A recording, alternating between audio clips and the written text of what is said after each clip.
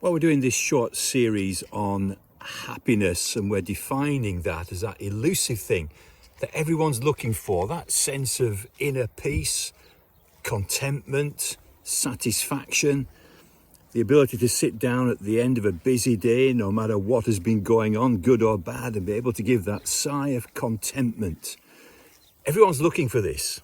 Why don't we find it? I'd say it's on offer to everybody. All 7 billion of us on planet Earth can have this, but why don't we find it? It's because we're looking in all the wrong places. Let's think about where we don't find happiness in this brief session. The main areas we look for happiness are in money, possession, positions, and relationships. And although they are good in and of themselves, and can bring moments of gladness to our hearts, they are not the source of this true joy and contentment. Someone this week has won £193 million on the lottery. Does that guarantee happiness? Certainly not. A few years ago now, there was a couple won 163 million on the lottery. And being interviewed on the television, they said, we can now relax, we can give up our jobs, we can spend time together and buy all the things that we've ever desired. Well, they did that. They gave up their jobs, they spent lots of time together, bought a beautiful house with acres of grounds around about it. 2 years later, they were in the divorce courts because they found in spending time together, they couldn't actually stand each other. They employed a gardener, and the wife took a shine to the gardener, and the husband ended up chasing the gardener around the garden on a ride-on-mower, looking to do him injury. Did money bring them happiness? Certainly not. Now, I don't belittle money, and if watching this you have any spare cash, you're welcome to send it to me. But money doesn't bring guaranteed happiness and contentment.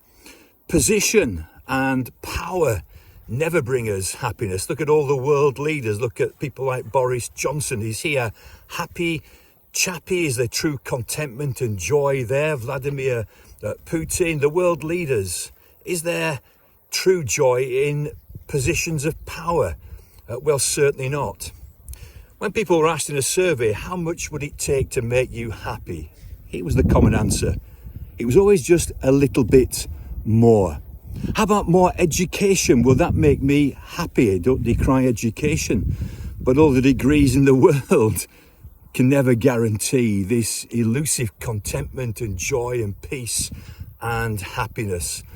What about relationships? To find the magic perfect woman or man, life partner, does that guarantee this joy and happiness? Again, there are periods, that first flush of love, but that can soon dissipate and disappear. All these things, good in and of themselves, never produce this joy and happiness. There was a man called King Solomon. He tried an experiment. He was the richest man on the planet. He was a multi-billionaire. He had jewels and possessions and palaces, and he had great power. He had 1,000 wives. My. At the end of the experiment, he said, I found that all these things are a vanity and emptiness, a chasing after the wind. So why don't these things bring us happiness? Nothing wrong with them, but they're all external. But the real you and the real me, I'm a soul and a spirit. And all that can fulfill me is spirit. And God is a spirit. And I have to find him. He alone can satisfy.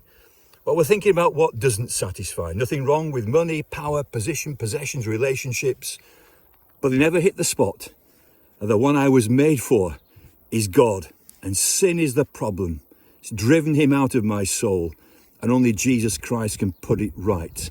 We'll think about that next time.